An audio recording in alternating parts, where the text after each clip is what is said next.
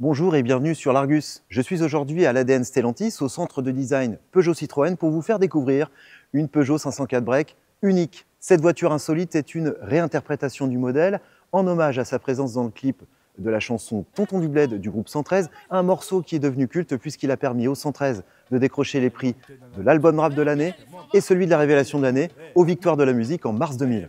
504 break chargé, allez, montez les neveux. Juste un instant que je mette sur le toit la grosse malle bleue.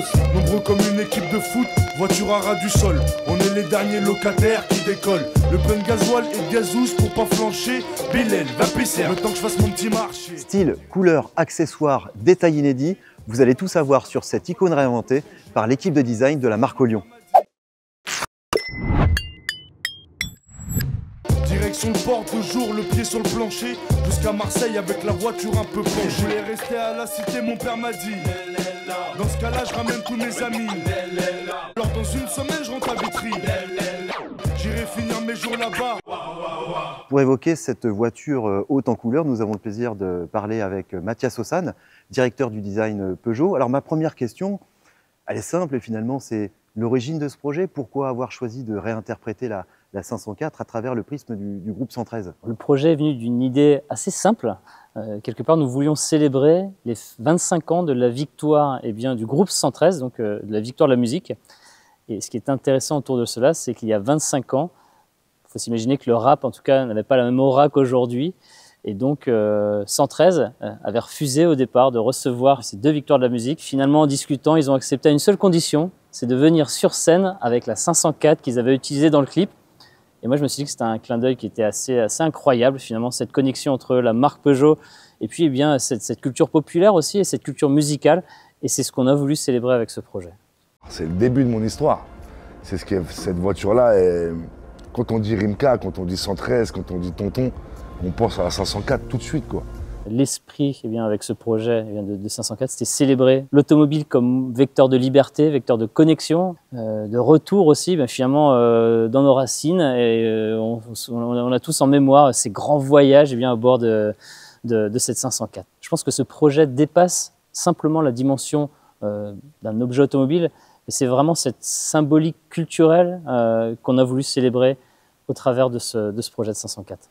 C'est un rêve de gosse pour moi de revoir la 504 comme ça en version Batman. Et le fait de la remettre au goût du jour, c'est un peu ma façon de faire, c'est un peu ma carrière et ma façon de penser. Donc ça me correspond vraiment et ce projet-là, il va vraiment dans le sens de mes convictions et de là où je vais aller aujourd'hui, quoi. Alors comment s'est déroulé le partenariat avec Rimka, le chanteur du groupe 113? Quel a été son rôle dans ce projet? Alors le partenariat s'est fait de manière hyper naturelle. C'est que finalement, juste après les premiers posts que l'on avait fait pour célébrer les 25 ans de cette victoire de la musique du groupe 113, finalement on s'est mis en contact. Et après, c'était vraiment, j'ai envie de dire, quelque chose d'assez fluide sur l'orientation artistique, des choix qu'on pouvait faire sur le typage du véhicule, les couleurs, notamment sur les couleurs intérieures. Et donc tout ça s'est fait de manière très artistique, très organique avec Rimka. Quels codes de style ont été utilisés justement pour concevoir cette voiture qu'on pourrait qualifier d'insolite quand même? Ce qu'on a voulu préserver, c'est la silhouette, mais quelque part on a voulu la magnifier en lissant. On voit qu'il n'y a plus de poignée de porte au sens classique du terme. Les boucliers avant et arrière aussi ont été retirés. Donc l'idée, c'est de vraiment revenir à l'essence même de cette 504, à l'objet le plus pur possible. Par exemple, même le bas de caisse a été lissé. Donc c'est vraiment retrouver cette modernité de silhouette en effaçant toutes les aspérités classiques. Et puis ensuite, il y a le petit clin d'œil, c'est cette teinte aussi, cette teinte mate qui évoque justement cette patine, les moments passés avec cette 504.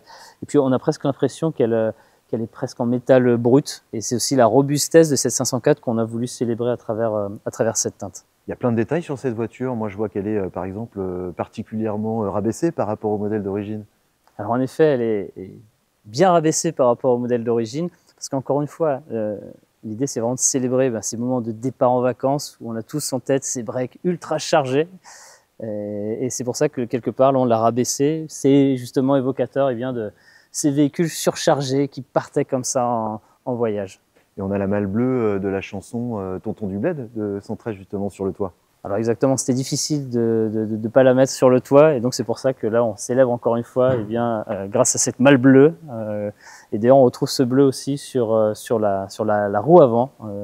L'idée c'était de jouer aussi ce côté dépareillé entre la partie avant et la partie arrière, parce qu'on a vu plein de 504 qui étaient robustes, et parfois eh bien, il fallait changer des éléments de carrosserie, parce que voilà, c'est des véhicules qui ont vécu, et donc c'était aussi trouver apprécier d'une certaine manière eh bien, le temps qui passe en ayant des éléments dépareillés sur le véhicule. Petit détail que moi j'ai remarqué, qui se voit quand on regarde la voiture d'ensemble, c'est la couleur du vitrage aussi. Ça, c'est pas d'origine non plus. Le vitrage, on a voulu un vitrage qui soit donc teinté jaune, et on le verra quand on ira à bord du véhicule. L'idée, c'est voilà, d'avoir l'impression d'être en permanence et bien entouré de soleil quand on rentre à bord de cette 504. Moi, c'est des dizaines de voyages à l'intérieur, au bled, avec les malles au-dessus du toit. Et donc, on faisait toute la route en France, on passait par tous les petits patelins, et jusqu'à Marseille, où on prenait le bateau, etc. Donc, moi, ça m'évoque tous ces souvenirs-là. Ce qui est intéressant, c'est que pour concevoir cet intérieur, on n'est pas parti d'un cahier des charges, on va dire, classique, qu'on peut avoir quand on développe un véhicule de série ou un concept car. Là, l'idée, c'était vraiment dans un geste beaucoup plus artistique, et j'ai envie de dire d'hybrider eh bien cette 504 avec des codes qu'on est en train de développer pour nos futurs véhicules. Ce qui était intéressant, c'est vraiment de faire cohabiter des éléments eh bien, de l'époque de 504. Je pense par exemple à ce compteur, et on retrouve les trois fûts, qui sont vraiment ceux de la 504 d'origine, et à la fois de les faire cohabiter eh bien, avec le volant qu'on est en train de travailler sur nos futurs modèles, eh bien, qu'on appelle Hyper Square, hein, c'est-à-dire ce volant by-wire. Et finalement, ce qui est intéressant, c'est qu'en juxtaposant différentes époques, on voit que ça fonctionne plutôt bien, et c'est assez intéressant finalement de faire cohabiter des époques différentes.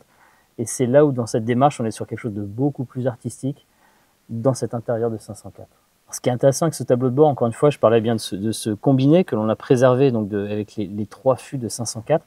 Et puis à la fois, on s'est dit que ce qui serait intéressant, justement, pour projeter cette 504 dans un nouvel univers, et on parle de musique aussi, et donc on s'est dit que c'est plus un tableau de bord, mais ça devient une barre de son. C'est pour ça qu'on trouve une platine. Donc ça, c'est une chose un petit peu étonnante par rapport à tout ce qu'on peut imaginer et connaître, en tout cas aujourd'hui dans nos véhicules. Mais l'idée, c'était de pouvoir profiter de la musique à bord de son véhicule avec cette platine et cette barre de son. Donc c'est plus du tout une planche de bord, mais j'ai envie de dire ça devient presque un auditorium en cette 504. Ce qu'on voulait, c'est garder, parce que 504 pour moi aussi véhiculer ça, c'était un véhicule qui était finalement assez léger, et donc c'était préserver cette légèreté autour de cette planche de bord qui est flottante, fabriquée en aluminium de manière extrêmement fine, pour préserver en tout cas eh bien, cette dimension très légère en termes de perception.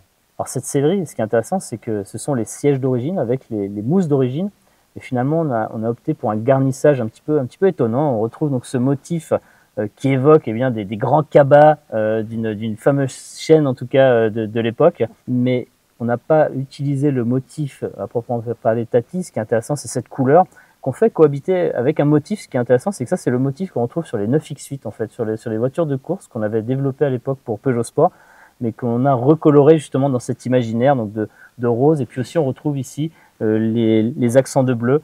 Et ça, encore une fois, ça évoque ces grands cabas que l'on pouvait justement mettre dans le coffre de 504. Dernière question, il a fallu combien de temps pour concevoir et pour fabriquer cette voiture qui a été construite à partir d'une 504 de 75 entièrement dans son jus, hein, si j'ai bien compris? Alors, c'est un projet qui s'est fait de manière extrêmement courte, environ 1 mois et demi.